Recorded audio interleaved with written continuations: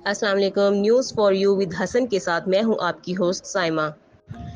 آج کی اس ویڈیو میں ہم آپ کو بتانے کی کوشش کریں گے کہ پاکستان کیسے بنا، پاکستان بنانے کے لیے کن کن تکالیف کا سامنا کرنا پڑا اور کیا کیا قربانیاں دی گئیں، کیسے مغلیہ حکومت کا خاتمہ کیا گیا اور ایسٹ انڈیا کمپنی نے کیسے قبضہ کیا، اور ان سب کے باوجود بھی پاکستان بنا، یہ سب کیسے اور کب ہوا، یہ سب جاننے کے لیے اس ویڈیو کو آخر تک لازمی دیکھیے۔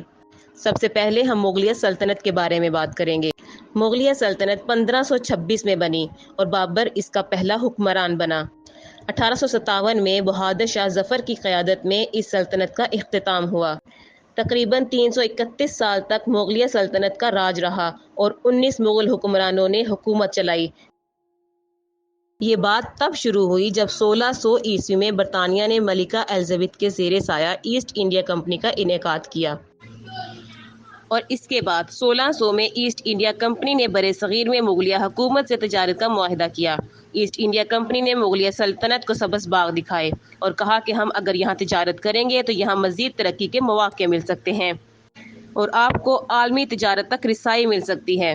بہت سے مشیروں اور وزیروں کے منع کرنے کے باوجود بھی مغل حکومت نے یہ معاہدہ کیا۔ ان مشیروں اور وزیروں کا کہنا تھا کہ یہ تجارت مغلیہ سلطنت کے حق میں بہتر نہیں ہے۔ برطانیہ کی کمپنی ایسٹ انڈیا نے سب سے پہلے مغلیہ سلطنت کو ہی کمزور کیا اور ایسٹ انڈیا کمپنی برصغیر میں بہت تیزی سے پھیلنے لگی۔ مغلیہ سلطنت کو کمزور کرنے کے لیے ایسٹ انڈیا کمپنی نے مختلف علاقوں میں اپنا سکہ جمایا۔ 1843 میں ایک فیصلہ کن لڑائی ہوئی جس میں سندھ اور کشمیر پر برطانیہ نے قبضہ کر لیا۔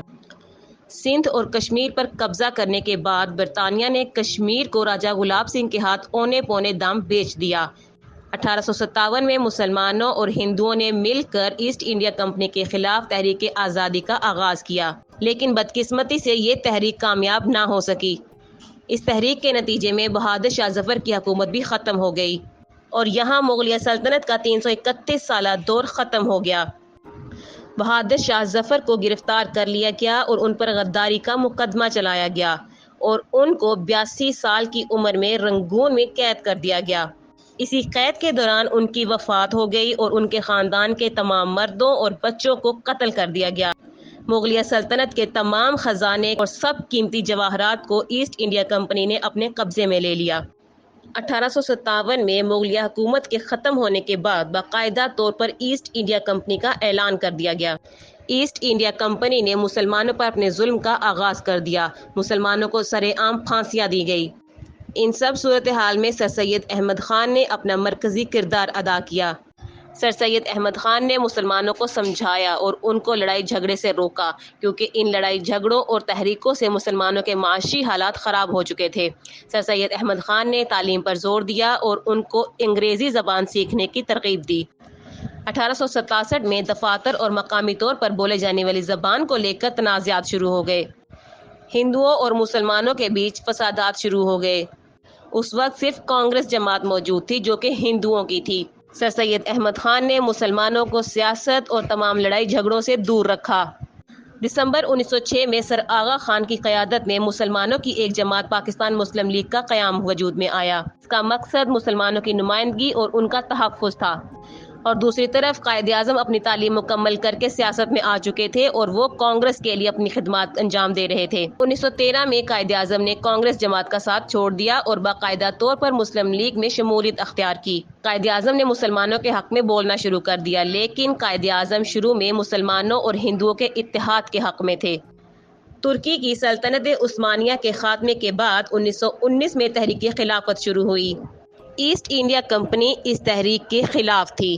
1919 میں اسی تحریک کے ایک جلسے میں ایسٹ انڈیا کمپنی نے اپنے سپاہیوں سے فائرنگ کروائی، جس کے نتیجے میں 1500 سے زائد لوگ شہید ہو گئے۔ جیسا کہ قائد اعظم مسلم لیگ میں شامل ہو چکے تھے اور وہ مسلمانوں کے حقوق کے لیے بہت کوشاں تھے، 1928 میں قائد اعظم نے 14 نکات پیش کیے۔ ان نکات میں قائد اعظم نے مسلمانوں کے تحفظ اور حقوق کی بات کی اور مسلمانوں کے لیے ایک الگ ریاست کی بات کی۔ ان 14 نکات میں مسلمانوں کے لیے تعلیم اور دوسرے تمام شعبہ جات میں باقاعدہ طور پر حصہ لینے کی بات بھی کی گئی۔ اسی کے 2 سال بعد 1930 میں علامہ اقبال نے ایک خطبہ کیا جو کہ بہت مشہور ہوا۔ اس خطبے کو خطبہ الہ آباد کہا جاتا ہے۔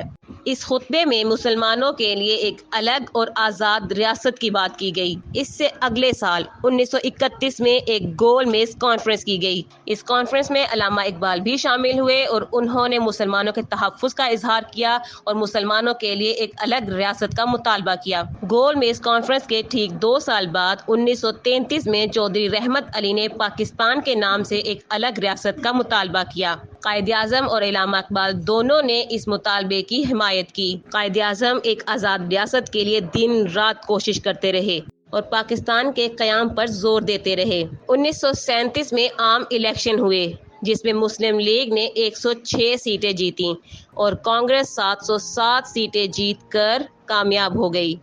1940 لاہور میں ایک اجلاس ہوا جس میں مولوی فضل الحق نے قرارداد پیش کی۔ اس اجلاس میں قائد اعظم نے 2 قومی نظریہ پیش کیا۔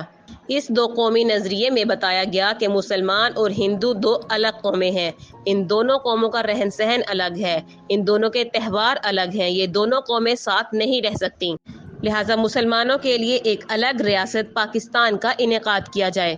یہ مطالبہ بہت زور پکڑنے لگا۔ سن 1945 میں ایک شملہ کانفرنس ہوئی جس میں نہرو نے ہندوؤں کی نمائندگی کی اور مسلمانوں کی نمائندگی قائد اعظم نے کی اور سکھوں کی نمائندگی ستارہ سنگھ نے کی۔ اس کانفرنس میں نہرو نے ایک رپورٹ پیش کی جو کہ مسلمانوں کے حق میں بالکل بھی نہیں تھی اور نہ ہی اس میں ایک الگ ریاست کی بات کی گئی تھی۔ اس کو نہرو رپورٹ بھی کہا جاتا ہے۔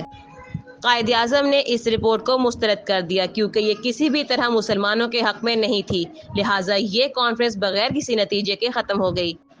اس کے بعد 1946 میں عام انتخابات ہوئے۔ پاکستان مسلم لیگ ایک بھاری اکثریت سے جیتی جس میں پاکستان مسلم لیگ اور قائد اعظم کا نظریہ جیت گیا۔ اس جیت سے یہ بات ثابت ہو چکی تھی کہ مسلمان اور ہندو الگ الگ رہنا چاہتے ہیں۔